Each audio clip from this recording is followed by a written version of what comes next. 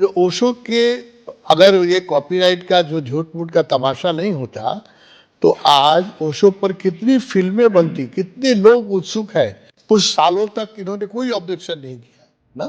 पूना आश्रम से जिनका आश्रम है, उस आश्रम में अनेक तरह की चीज़ें हैं, लेकिन आप ओशो की तस्वीर नहीं रख सकते हैं।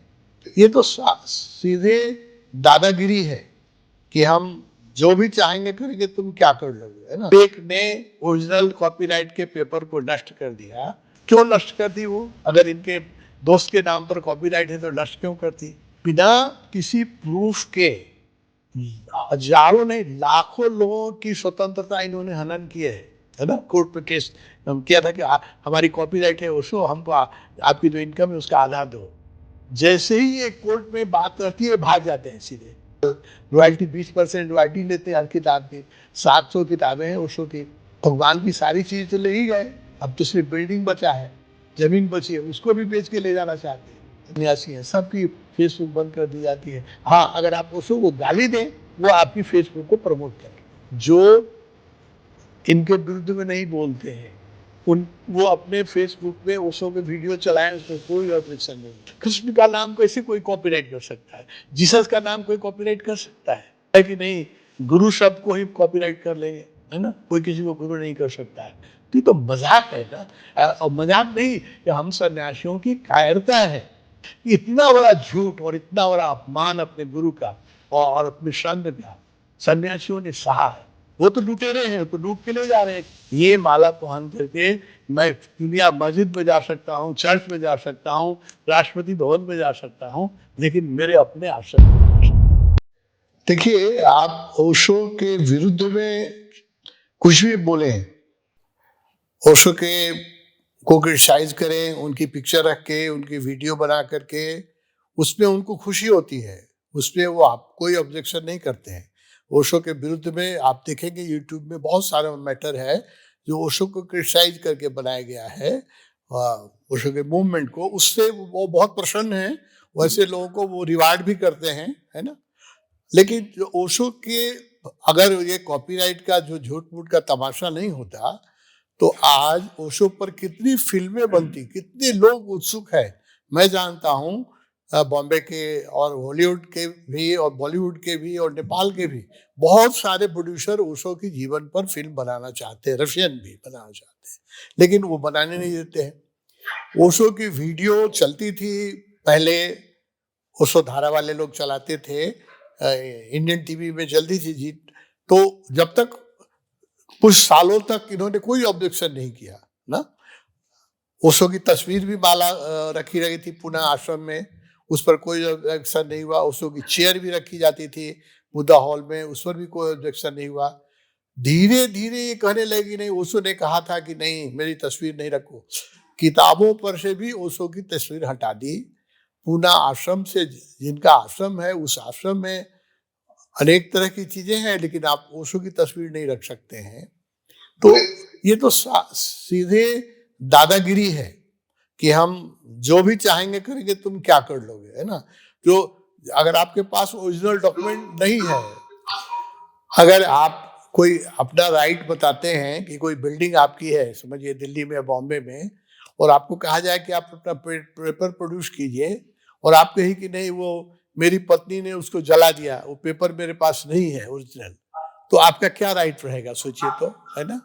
और ये जब कह रहे हैं कि विवेक विवेक ने ओरिजिनल कॉपीराइट के पेपर को नष्ट कर दिया, तो उन दिनों आप सब लोग जानते हैं कि विवेक इनकी दोस्त थी, बहुत अच्छी दोस्त थी, लोग साथ रहते थे, है ना? बहुत अच्छा संबंध था। तो अगर उसने उस क्यों नष्ट कर दी वो? अगर इनके दोस्त के नाम पर कॉपीराइट है तो नष्ट क्यों करती? अच्छा, और अगर नष्ट कर दिया तो ठीक ही है, कोई पेपर नष्ट हो गया तो उसको तो शरीर में ही थे ना, तो उनका फिर से एक बार सिग्नेचर ले लेते, है ना? तो वो भी नहीं लिया, और बिना किसी प्रूफ के हजारों नहीं लाखों लोगों की स्वतंत्रता इन्होंने हनन की है ना? लाखों लोगों की स्वतंत्रता हनन की है। और कई कोर्ट में मुझे पता है, जैसे वाइल्ड वाइल्ड कंट्री जो फिल्म बनी, उसके अगेंस्ट में भी ये लोग पैसा मांग रहे थे कि भाई, उनको कोई ऑब्जेक्शन नहीं था, क्योंकि वाइल्ड वाइल्ड कंट्री जो बनी ओशो के को गलत ढंग से चित्रित करके बनी, उसलिए वो लोग बहुत खुश थे उसको क्लिपिंग वगैरह में दिया बनाने के लिए। लेकिन जब वो बहुत पॉपुलर हुई, बहुत चली, तो उससे मांग रहे थे कि आधा इनकम हमको दो, है ना। कोर्ट में केस किया था कि हमारी कॉपीराइट है उसको, हमको आपकी जो इनकम है उसका आधा दो। तो उन लोगों को ये पता चल गया कि ये कॉपीराइट इनके पेपर का जो कहानी है, तो इन्होंने, उनके वकील ने जब कहा कि आप ओरिजिनल कॉपीराइट पेपर प्रोड्यूस कीजिए, उसके बाद पैसा मांगिए, जैसे ही ये कोर्ट में बात रहती है भाग जाते हैं, सीधे सीधे भाग ही जाए, उसके बाद कोर्ट में अपीयर ही नहीं हुए। एक बार नहीं हुआ है, कई जगह हुआ है, जब इनसे ओरिजिनल कॉपी मांगा जाता है तो सीधे कोर्ट से भाग जाते हैं, कहते हैं हम लड़ना नहीं चाहते, है ना। दिल्ली ओशो धाम के केस में भी यही हुआ, वाइल्ड वाइल्ड कंट्री के केस में भी यही हुआ। तो जब भी चैलेंज किया जाता है तो ये भाग जाते हैं, है ना। तो एक ऐसी चीज जो आप कहते हैं कि अपने खुद करें कि नष्ट हो गई, मेरे पास नहीं है, आप खुद ही करें, हम नहीं करें, आप ही करें कि वो नष्ट हो गई, मेरे पास नहीं है। जो चीज आपके पास है ही नहीं, उसके आधार पर आप करोड़ों रुपया ले जा रहे हैं हर साल। रॉयल्टी 20% रॉयल्टी लेते हैं हर किताब की। 700 किताबें हैं ओशो की, दुनिया की सारी महत्वपूर्ण भाषाओं में छपती है, उसकी कितनी करोड़ों रुपए की रॉयल्टी होती है, अंदाज कीजिए। तो आप बिना किसी लीगल आधार के उतने करोड़ रुपया उठा के ले जा रहे हैं। और पुणे से भगवान की सारी चीज तो ले ही गए, अब तो सिर्फ बिल्डिंग बचा है, जमीन बची है, उसको भी बेच के ले जाना चाहते हैं, है ना। तो 21वीं शताब्दी में इससे बड़ा अन्याय नहीं हो सकता है। वो मेरे देखे जो मोहम्मद गजनी ने सोमनाथ के मंदिर को लूटा था, उससे भी बड़ा ये अन्याय है, क्योंकि वो तो लुटेरा बन के, डाकू बन के लूटा था। ये लोग तो बिल्कुल अधिकारी बन के लूट रहे हैं, कह रहे हैं कि नहीं मेरा अधिकार है। और एक आदमी को नहीं, दुनिया भर के रशियन हमारे मित्र हैं, सारी दुनिया में जो ओशो सन्यासी हैं, सबकी फेसबुक बंद कर दी जाती है। हाँ, अगर आप ओशो को गाली दें, वो आपकी फेसबुक को प्रमोट करेंगे। आप रजनीश मूवमेंट को क्रिटिसाइज करें, उन बड़ी प्रसन्नता होगी, आपको इनडायरेक्टली कुछ पर वो हेल्प भी कर सकते हैं। लेकिन और ऐसे कुछ लोग हैं, अभी भी हिंदुस्तान में ऐसे कुछ लोग हैं जो इनके विरुद्ध में नहीं बोलते हैं।